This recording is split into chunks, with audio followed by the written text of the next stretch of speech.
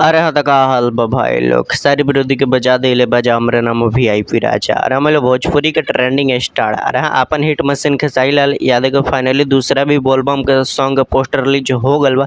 जब गाने का टाइटल बा कजारवा। अरे हाँ कजारवा गाना कब तक लगता कौना चैनल पे आता कौ तरीके रिलीज कर लेता गाना कैसा निकला बा पूरा फुल जानकारी मिली तो लोग ई वाला वीडियो में। तो लोग ई वाला वीडियो के शुरू से लेकर लास्ट तक देख लेंगे। बाकी अभी तक हमारे चैनल के सब्सक्राइब नहीं करने के लिए तो अभी सब्सक्राइब करके हमसे जुड़ जाएंगे। तो भाई लोग तो लोग सबसे पहले बता दी कि हम भोजपुरी के ट्रेंडिंग स्टार खेसारी लाल यादव के कजारवा गाना लिखले के बा। अरे बोलो बोलबम सॉन्ग कजारवा गाना लिखले के बा। तो गाना के लिखले बन ढाका धड़कन। अरे बोले गाना के लिखले बन ढाका धड़कन।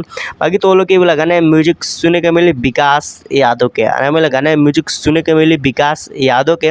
बाकी गाना बतावल जाता कि हाँ बहुत ही बेस्ट बहुत ही मस्त जबरदस्त खतरनाक और महा खतरनाक गाना होके अलावा ऐसे खेसारी लाल यादव के टीम द्वारा जानकारी निकल के आवता। बाकी तो लोग बता दी कि हाँ गाना गईले मन भोजपुरी के ट्रेंडिंग स्टार खेसारी लाल यादव। अरे बोले सिंगल गाना होके अलावा सिर्फ खेसारी लाल यादव ही गईले बड़न और बहुत ही बेस्ट बहुत ही मस्त बहुत ही झकास तरीका से गाना गईले बड़न।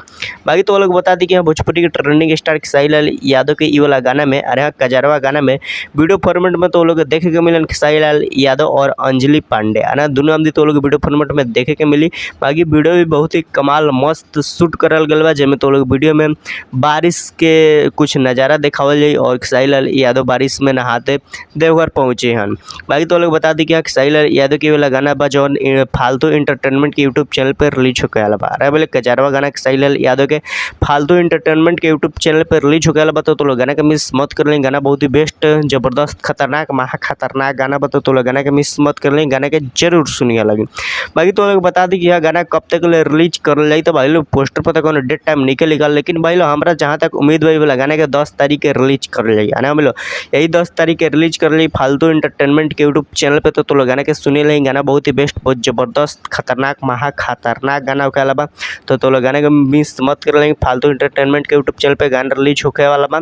भाई गाना के भोजपुरी के ट्रेंडिंग स्टार खेसारी लाल यादव और ये वाला सिंगल गाना होके वाला बा। और हो सके ये वाला गाना सैड सॉन्ग हो जाए काहे कि खेसारी लाल यादव के पोस्टर में कुछ रोवाई टाइप के मुँह लौकता। बाकी तो लोग गाना के मिस मत कर लेंगे। गाना के जरूर सुने लेंगे। बाकी तो लोग वीडियो कैसा लगा अच्छा लगा तो लाइक कर चैनल के सब्सक्राइब कर लेंगे वीडियो को शेयर कर लेंगे। बाकी तो लोग यहाँ तक वीडियो देखे खातिर बहुत बहुत धन्यवाद। लाइक शेयर सब्सक्राइब कर।